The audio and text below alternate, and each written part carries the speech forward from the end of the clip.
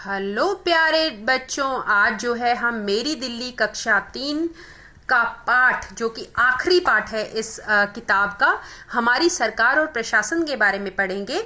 तो आज हम जानेंगे कि दिल्ली में कैसे सरकार चलाई जाती है। एक दिन आप सवेरे उठते हो और देखते हो कि आपके घर के सामने की सड़क नई बन रही है।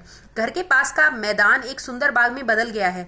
यह सब कौन करता है? हैरानी की बात है ना कि इतने बड़े शहर का कामकाज कितनी अच्छी तरह हमेशा चलता रहता है।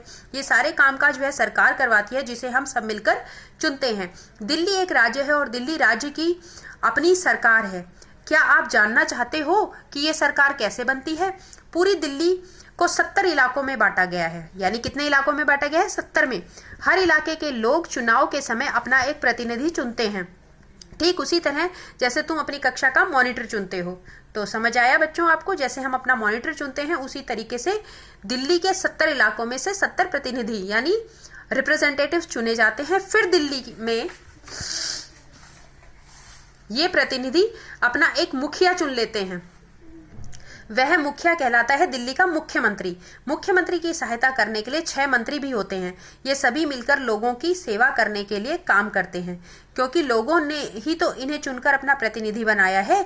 एक शहर में हमें बहुत सारी चीज़ों की जरूरत पड़ती है, जैसे साफ पानी, बिजली, अच्छी सड़कें, पुल, बगीचे, अस्पताल, स्कूल आदि।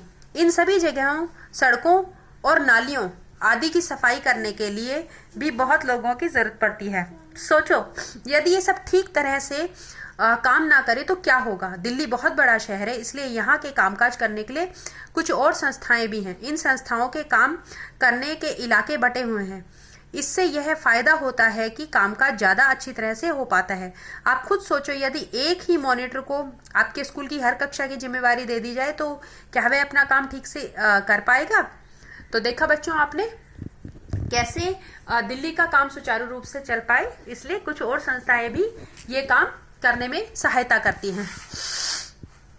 जब हर कक्षा की जिम्मेवारी अलग अलग मॉनिटर को बांट दी जाती है तब काम आसानी से और अच्छी तरह से हो पाता है। इसलिए दिल्ली का कामकाज करने के लिए कुछ और अलग अलग संस्थाएं बनी हुई हैं। इनके नाम है दक्षिण दिल्ली नगर निगम, पूर्वी दिल्ली नगर निगम, उत्तरी दिल्ली नगर निगम, नई दिल्ली नगर पालिका परिषद और दिल्ली छावनी बोर्ड।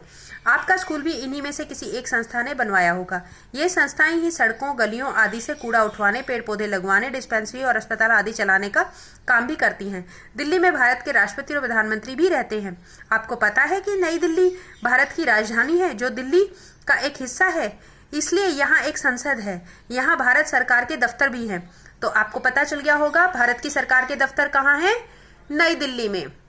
दिल्ली के लोगों की सुरक्षा और सेवा करने के लिए दिल्ली पुलिस भी है। और दिल्ली में आप कहीं भी चले जाओ तो आपको दिल्ली पुलिस के सिपाही 24 घंटे अपनी ड्यूटी पर तैनात खड़े हुए मिलेंगे। तो हमने यहाँ जाना कि उन संस्थाओं के नाम क्या हैं जो दिल्ली की सरकार की सहायता करती है। दक्षिण दिल्ली नगर निगम, पूर्वी दिल्ली नगर निगम, उत्तरी दिल्ली नगर निगम, नई दिल्ली नगर पालिका परिषद और दिल्ली छावनी बोर्ड।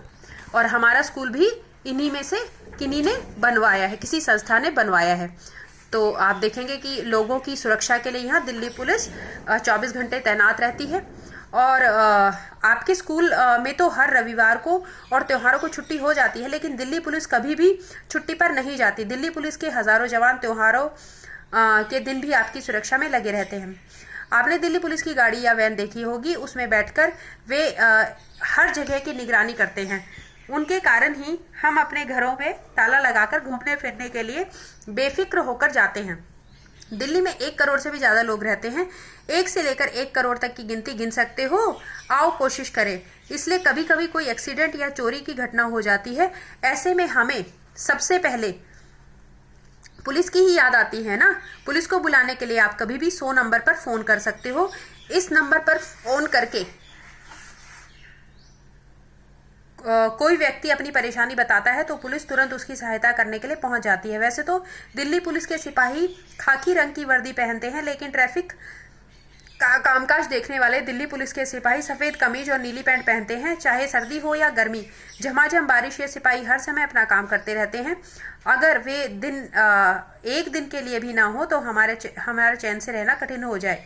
इसके अलावा आप 1098 यानी 1098 नंबर पर फोन करके भी सहायता मांग सकते हैं। यह नंबर खासतौर से बच्चों की सहायता करने के लिए रखा गया है। इस नंबर पर फ़ोन करके कोई पैसा नहीं लगता।